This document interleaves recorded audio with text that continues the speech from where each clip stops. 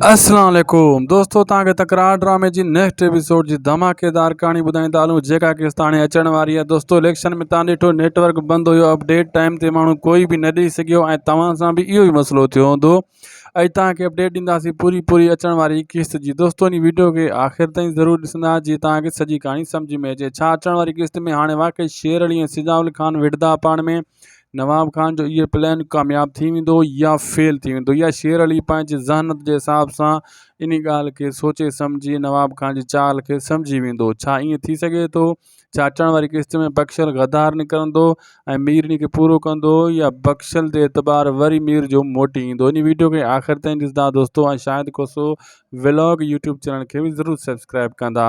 दोस्तों, मां तव्हांखे ॿुधाईंदो हलां त हाणे कन भरे छॾिया पुलिस वारे जेको सूबेदार आहे इन सिधा जेको आहे शेर अली जा, ऐं शेर अली जा कन भरींदो ऐं शेर अली नवाब खान जे जेको आहे चवण ते त कोन, लेकिन सूबेदार नवाब खान चवण ते इहो गेम खेॾे रहियो आहे।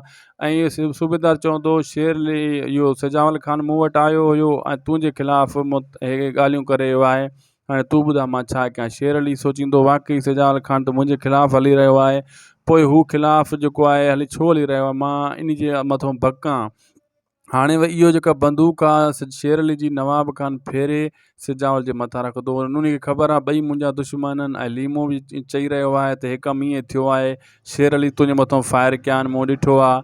हाणे इन शइ खे जेको आहे नवाब खान इस्तेमालु कंदो, शेर अली खे विड़ाईंदो सिजावल सां। सिजावल खे त ख़बर आहे इहा नवाब खान जी चाल आहे, पोइ बि सिजावल शेर अली इन ॻाल्हि खे न सम्झंदो।